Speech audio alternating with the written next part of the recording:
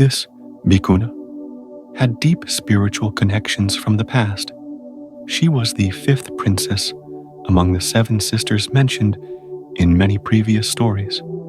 Because of differing karmic merits, she was reborn in the time of the Buddha Gotama in the city of Savatthi into a millionaire family that had fallen into ruin, its wealth completely lost, leaving their material life extremely difficult. From childhood, her name was Gotama, but because she had a thin, slender body, Kisa, everyone called her Kisa Gotami. As she grew up and entered her husband's household, apart from her husband who loved her, everyone else disliked her and looked down on her because she came from a poor family. However, when she gave birth to a charming, adorable baby boy, everyone's attitude toward her changed. Seeing the child grow, able to walk, able to run, chubby, rosy, and beautiful, she felt deeply consoled.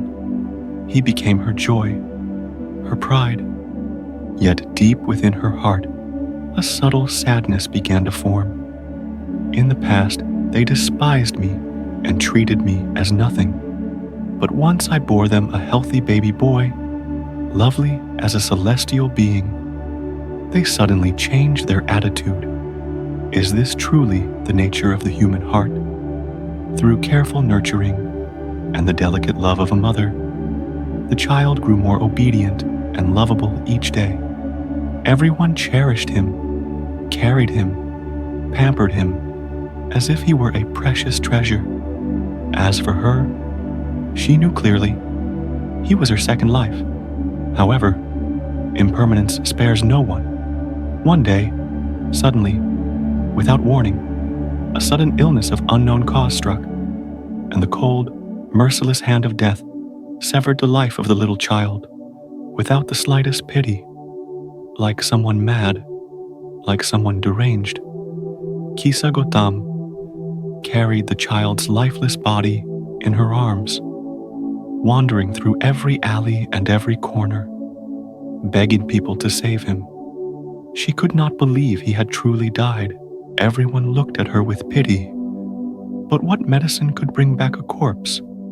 There was an elderly man, a wise and kind-hearted one, who with just a glance understood that the young mother had lost her reason out of overwhelming grief. No amount of ordinary advice would help her. In this world, he knew, there was only one person who could soothe and transform such a broken mind. He said, "Daughter, go to the great monastery of Jetavana. The Blessed One, the fully enlightened one, can perform wondrous things no one else in this world can. He is the great physician of this age."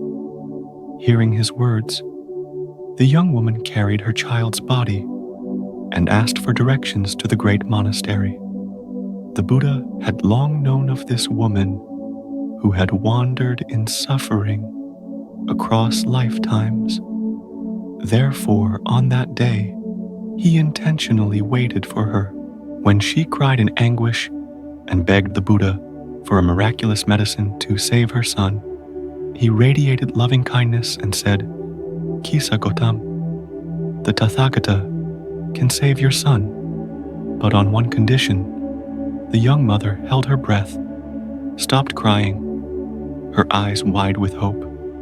Then the Buddha continued, "The Tathagata needs only a small handful of mustard seeds, but you must obtain them by going from house to house, and the mustard seeds must come from a family where no one has ever died.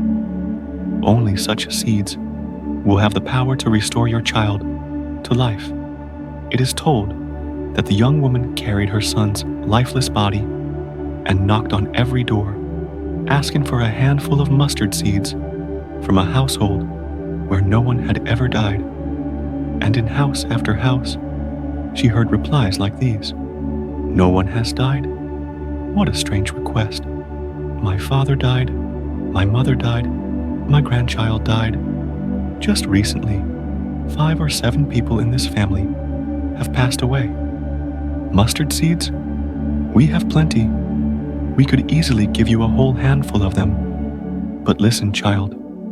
All the sons, daughters, grandchildren, relatives of this household, their bodies are lying in heaps at the cremation ground.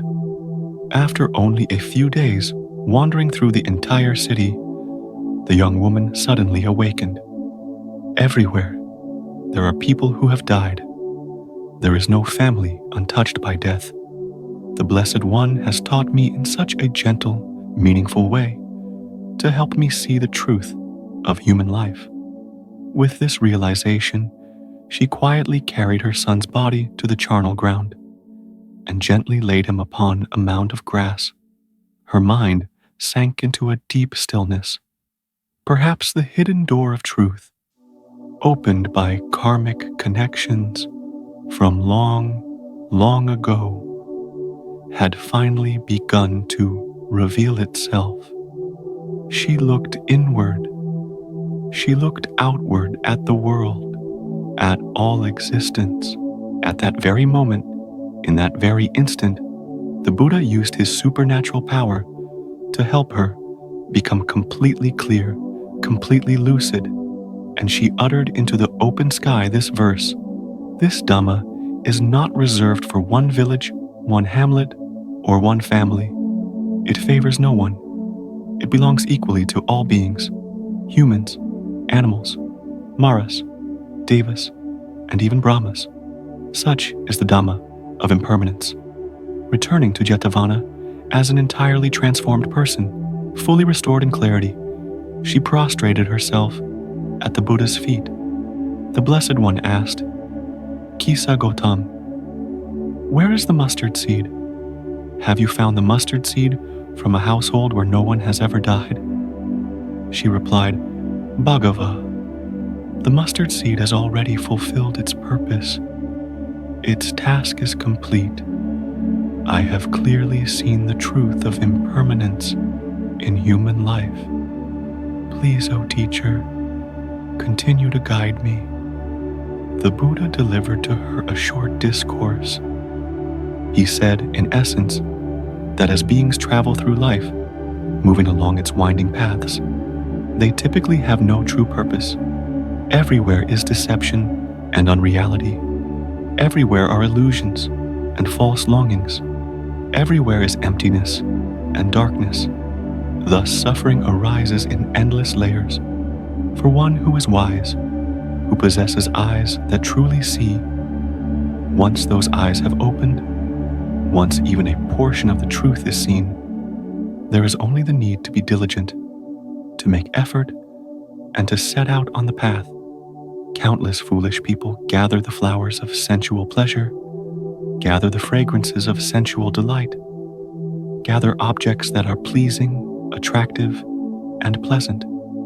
If they continue to cling, to indulge, to be stained by such pleasures along the journey, then death will not spare them with his sickle. At some point, death, suffering, and anguish will come rushing like a great flood that sweeps away an entire village lost in sleep.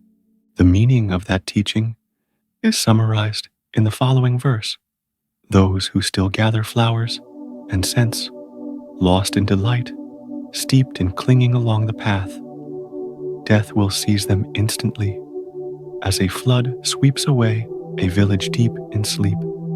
When the verse ended, Kisa Gotami attained the fruit of stream entry and requested to go forth. She circled the Buddha 3 times with her right side toward him, prostrating as one would to the person who had given her a second life, a life within the pure Dhamma. The Buddha sent her to the nuns' monastery, where she received full ordination, and she practiced with great diligence. In a short time, she passed through the stages of meditative absorption, and while she was earnestly engaged in insight meditation, she heard, through the Buddha's use of supernormal knowledge, his voice spoken directly to her ear. What worth is 100 years lived if one never sees the deathless way? Better one day lived, serene and whole, realizing the unborn Nibbana's peace. Thus, she attained the final, complete fulfillment of the holy life, as effortlessly as a stream of water that naturally flows once the momentum is set. Her higher knowledges also seemed to arise spontaneously, without the need for any fierce, strenuous struggle. Like her princess sisters, she clearly saw her spiritual connections from the time of the fully enlightened Buddha Padumuttara and from the era of the Buddha Kassapa.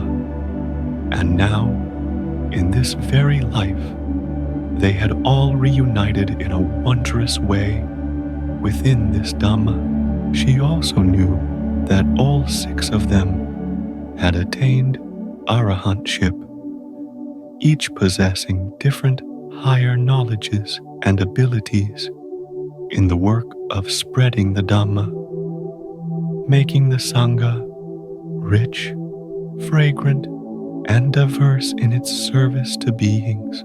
As for the youngest princess, Visakha, though she had not yet completed the holy life, her position, her role, and her mission were even more marvelous and exceptional, beyond measurement and comparison. Kisa Gotami, through just one childbirth and just one loss, came to feel deeply the entire cycle of birth and death, the full extent of worldly suffering. Because of this, her words of Dhamma often touched people's hearts easily, helping them return to true faith and live in accordance with the teaching. Later on, Bhikkhuna Kisa Gotami became known for her rigorous practice of contentment and restraint, severe and ascetic in her use of requisites, from food to bedding, and even her 3 robes. She would often go to the charnel grounds to gather cloth from corpses, coarse and fine oils that were no longer needed, and would herself cut, sew, patch, and stitch her own robes, rough, unattractive, and very crude. This bhikkhuna was proclaimed by the Buddha before the entire assembly of nuns as foremost in ascetic robes, truly worthy of that title. As we close the story of Bhikkhuna Kisa Gotami, perhaps each of us feels a very deep stillness settle within our chest. Her story is not merely the tragedy of a mother who has lost her child, but a mirror reflecting the universal truth of all humanity. No one in this life can escape loss. Yet what is miraculous is that Kisa Gotami transformed that very boundless suffering into a doorway leading to the path of enlightenment.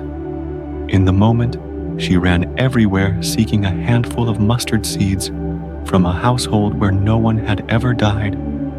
She passed through door after door, met family after family, listened to story after story, and suddenly realized suffering is not borne by her alone. No one in this world escapes impermanence. It was precisely this realization that saved Gotami's shattered heart. It helped her stop, face the truth directly, and step onto the path of practice with a clarity she had never known before. And this lesson still holds its full weight in our modern lives. When we lose a loved one, a relationship, an opportunity, or something we once held tightly, we often believe that we alone are unfortunate. But if we can open our heart just a little, we will see that everyone carries their own portion of suffering upon their shoulders. Understanding this, we suddenly become more compassionate, more tender toward ourselves, and more able to gently let go of what no longer belongs to us. What truly matters is this: suffering never appears to punish us. It appears to guide us. It teaches us to cherish the present moment, to love at the right time, and reminds us that everything we have is as fragile as the last light of a sunset. Only when we accept this truth can we find peace, just as Kisa Gotami found herself again in the midst of the greatest loss a human being can face. May it be that after this story, each of us remembers, when life forces us to confront suffering, do not close your heart. Look deeply into it, learn from it, and allow it to lead you to a new sky, where your heart becomes lighter, your wisdom grows wider, and the seeds of compassion within you are nourished once more. Thank you for staying until the end of the story. If the lesson from Kisa Gotami's hours has touched your heart, please take a moment to like, subscribe, and turn on notifications so you can continue to accompany us through more stories of wisdom and healing from the lives of the noble Buddhist women. See you in the next video. Namo Sakyamuni Buddha.